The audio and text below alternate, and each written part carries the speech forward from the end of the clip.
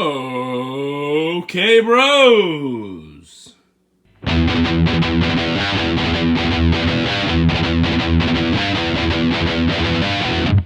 We are here for your weekly NXT Fix, featuring the ever so popular Bro Ratings.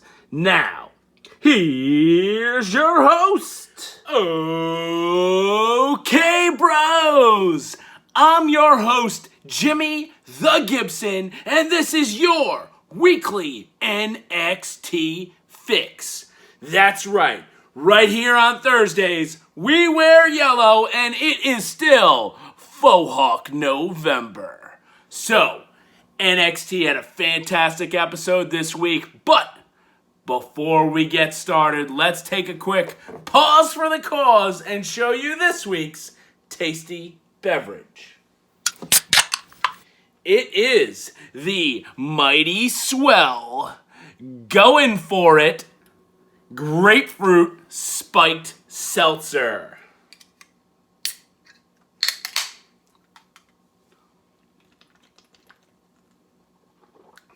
Oh, nice. That's a tasty beverage right there. I mean, you could probably crush these all morning long. Now, we'll get right into the NXT action here. And as you can see, I'm sporting the Undisputed Era shirt because at the end of last week's program, William Regal came out and he said, Pat McAfee, you guys have 4. Undisputed Era, you guys have 4. And you know what that means. War Games! I love when Regal says that. So naturally, we're wearing the Undisputed Era in preparation for War Games Sunday, December 6th. So, we also had Kevin Owens on commentary tonight, replacing Wade Barrett, and bravo, KO is fantastic. More on him later. Our opening contest was Candice LeRae versus Ember Moon. Pretty good match between the two, and it ended when Ember Moon was about to go for the Eclipse, but Indy Hartwell comes in the ring, takes one for Candice, gets hit with the Eclipse. Candice LeRae then super kicks Ember Moon and hits her with that new finisher, pulling both arms behind the back, and then steps her face into the mat. Found out it's called the Wicked Stepsister. Candice LeRae got the 1, 2, 3. She's your winner. And we're going to give that one a 7.9 on the Bro Ratings. Moving on, we had Legado del Fantasma talking backstage at a roundtable discussion. Who's next? They did mention Kurt Stallion, one of my boys from Evolve. Our next segment was an in-ring interview featuring the Undisputed Era, including Adam Cole, baby. And Adam Cole, baby, ran down Pat McAfee and his goon squad, talking about how they're going to just beat them down at War Games. He is so pumped up for War Games.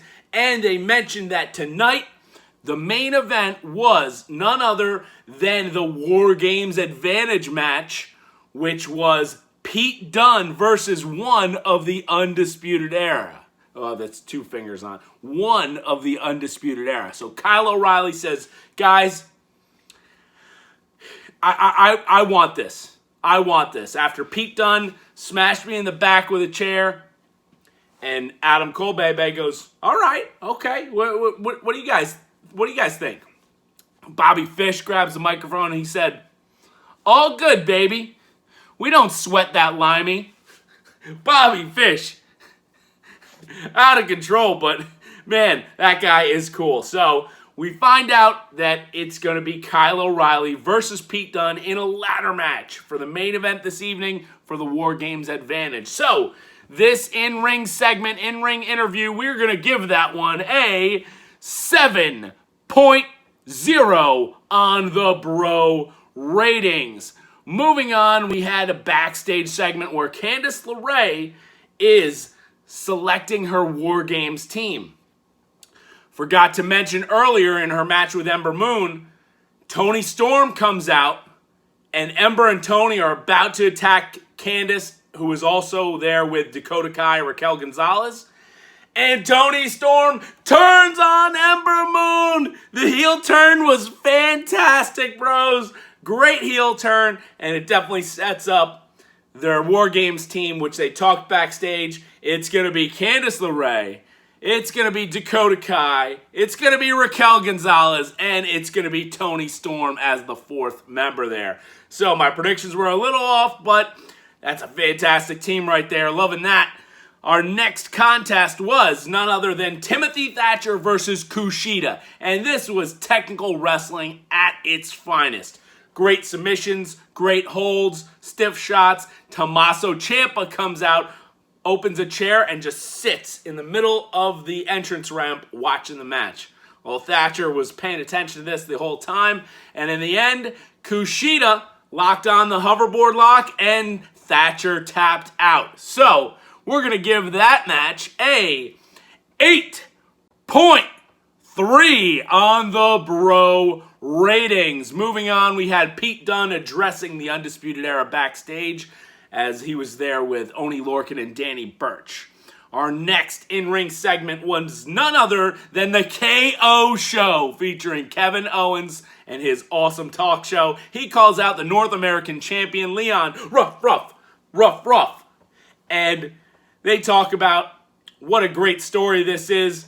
Leon Ruff overcoming the odds, winning the North American Championship, and by defeating Johnny Gargano twice. Naturally, Gargano's music hits, and Kevin Owens was just hilarious this entire segment. Gargano comes out, Kevin Owens brings in a chair, and Gargano says, "I don't want your chair," throws it away. Well, Kevin Owens brings in another chair. It was hilarious.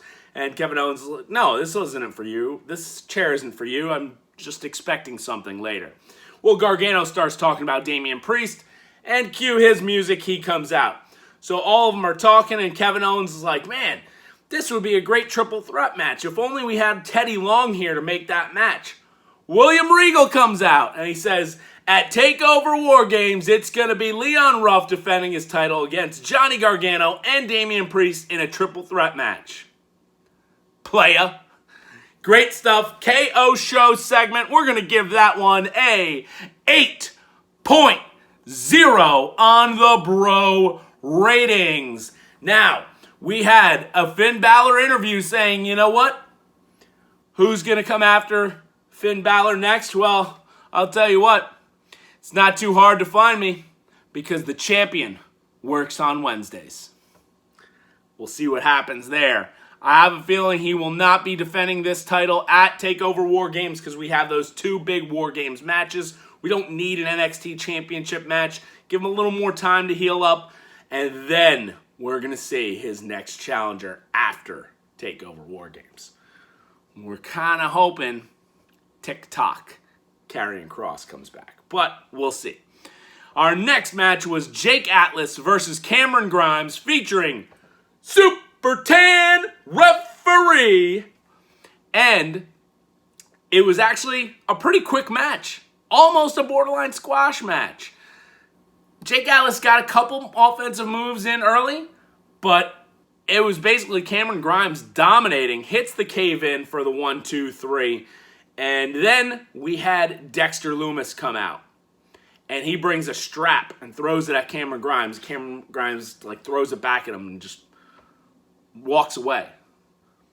Little foreshadowing there. But with that being said, match wasn't horrible. Wasn't that great though. So we're going to give that one a 6.6 on the Bro ratings. Now, we were talking about Cameron Grimes, and some of you may be a little disappointed that you're talking about Cameron Grimes and you're forgetting about something.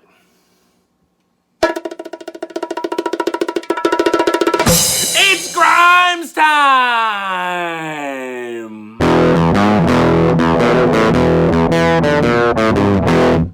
That's right.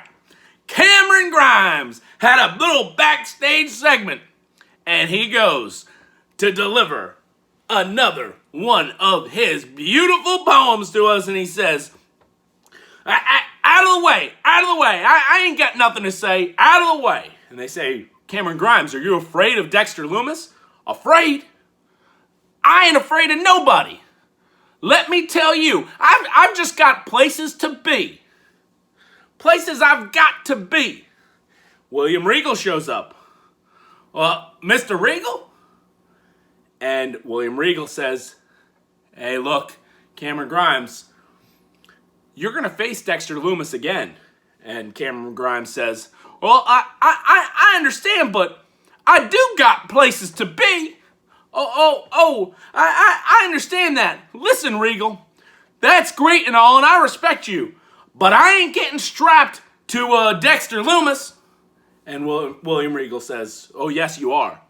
And as a matter of fact, you're going to have a strap match at TakeOver War Games versus Dexter Lumis. And he says, but Mr. Regal, but listen, man, why are you hating me so much? And Regal says, well, it's probably your personality. Fantastic stuff right there. And then Cameron Grimes just looks perplexed and he says, strap match? It's Grimes time!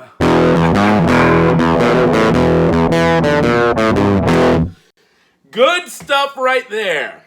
Now, we had another in-ring interview, this time with Rhea Ripley, squashing all the rumors, saying, look, I'm not going anywhere. What I did after the match last week with Io Shirai, she beat me fair and square, and that was a show of respect. So I'm not going anywhere. I'm here in NXT to stay. Well, that brings out Candice LeRae and Toni Storm. And Candice says, ba, ba, ba, ba, ba. All you do is talk, Rhea. No one wants to hear you anymore. As a matter of fact, you're such good friends with Io Shirai now. Well, let's show you what we did to her. Raquel Gonzalez is carrying Io Shirai on her shoulder. They've taken out Io Shirai. Drops her on the ground. Then they bombard the ring and attack Rhea Ripley. Beat her down. And basically they say, you know what? Anyone who has a potential to join Shotzi Blackheart's team, we are taking them out. So, pretty good in-ring segment here. We're going to give that one a 7.5 on the Bro ratings. Moving on, we had a match featuring Everrise. That's right. The hottest tag team on NXT. Not really, but they're kind of growing on me, bros. They're kind of growing on me almost as much as, what is it? That show, Chris Lee Knows Best. Nah, not really. But I'll tell you what. One of my close friends, he owns all the seasons on DVD, Blu-ray, Laserdisc. And he's starting his own podcast and YouTube channel about Chris Lee Knows Best. So once I get that info, I'll gladly pass it along in case anybody wants to check that out. So Everrise comes out for their match, and they get attacked before the match even starts by none other than the Grizzled Young Veterans. That's right, Zach Gibson. Could he be related? Perhaps. And James Drake. They beat down Everrise. They go on the microphone. Zach Gibson says basically we're back. So we are going to give that one a 7.3 on the Bro rating. Now, hold on a second. I'm getting word in my ear. We are going to... What? Oh, come on. Our UK correspondent? No, not that guy.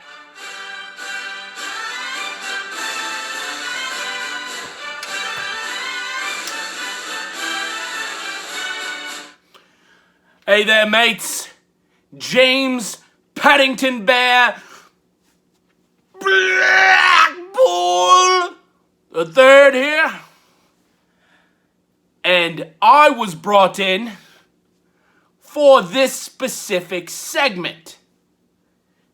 You can't even properly pronounce this, Jimmy the Gibson. What a wanker you are.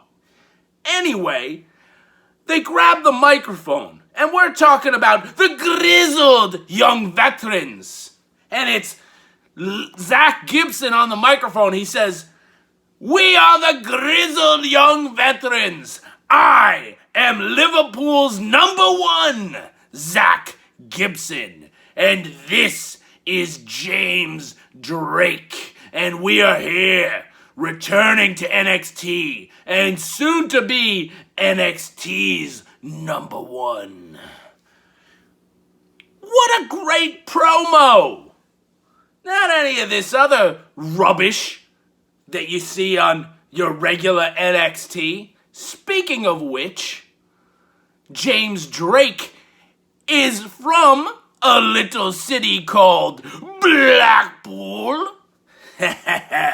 So, I have been signed on to the OK Bros YouTube page. So all you wankers are gonna see more of James Paddington Bear Blackpool the Third. And we will be doing the NXT UK recap.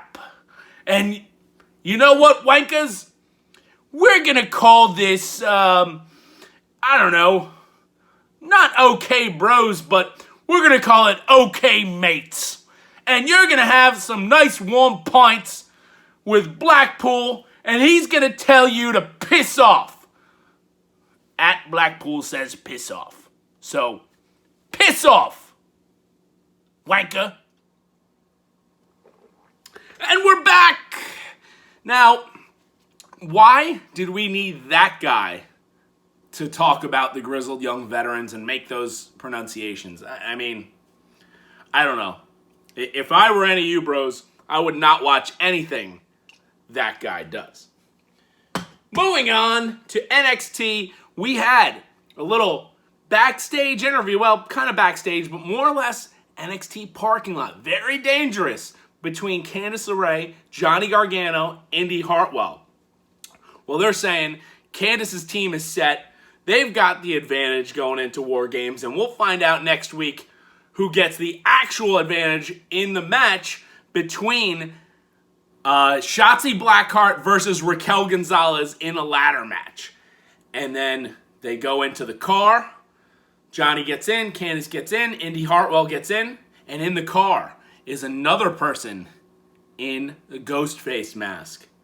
And what is that all about? How will this play out?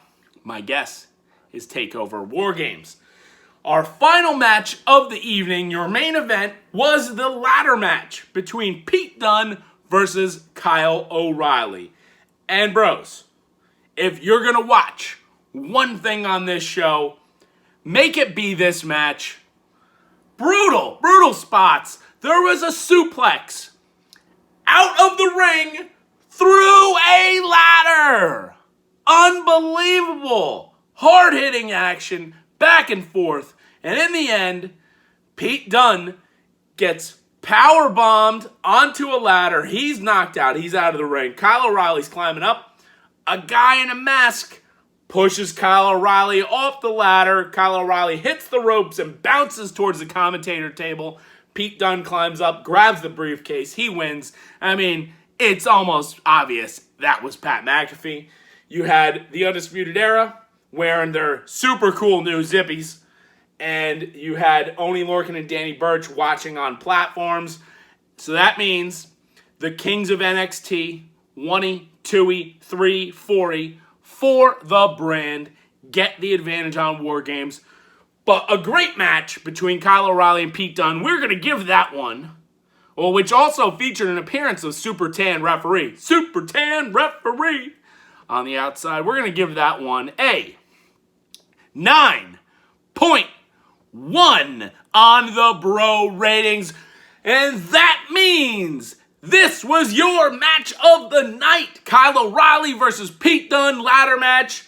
Great stuff, bros. So we had 8 matches or in-ring segments giving us an average bro rating of 7.6. 7-1! Whoa! Big time score. You know what? I was thinking about this. You had a top grade for a top match in your main event, and you really only had one match with a low grade. So that's, when you see a couple matches with low grades, brings it down. So it was just that Cameron Grimes, Jake Atlas was the only one that kind of fell flat this evening. But Kyle O'Reilly, Pete Dunne more than made up for that one. So next week's predictions. I mean, the road to War Games is heating up.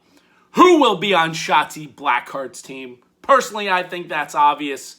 I think it's going to be Ember Moon, Rhea Ripley, and Io Shirai. I mean, that's going to be a dominant team right there. How can they lose at War Games? Well, we got to find out who gets the advantage. So, predictions. Ladder match, Raquel Gonzalez versus Shotzi Blackheart. Your winner and getting the advantage at War Games will be none other than Shotzi Blackheart will defeat Raquel Gonzalez with the help of some of her new teammates, in my opinion. So, with that being said, really looking forward to next week now. Thank you so much for watching. Please like, share, subscribe, comment below. I'm your host, Jimmy the Gibson. NXT is on fire, lady, and it's War Games!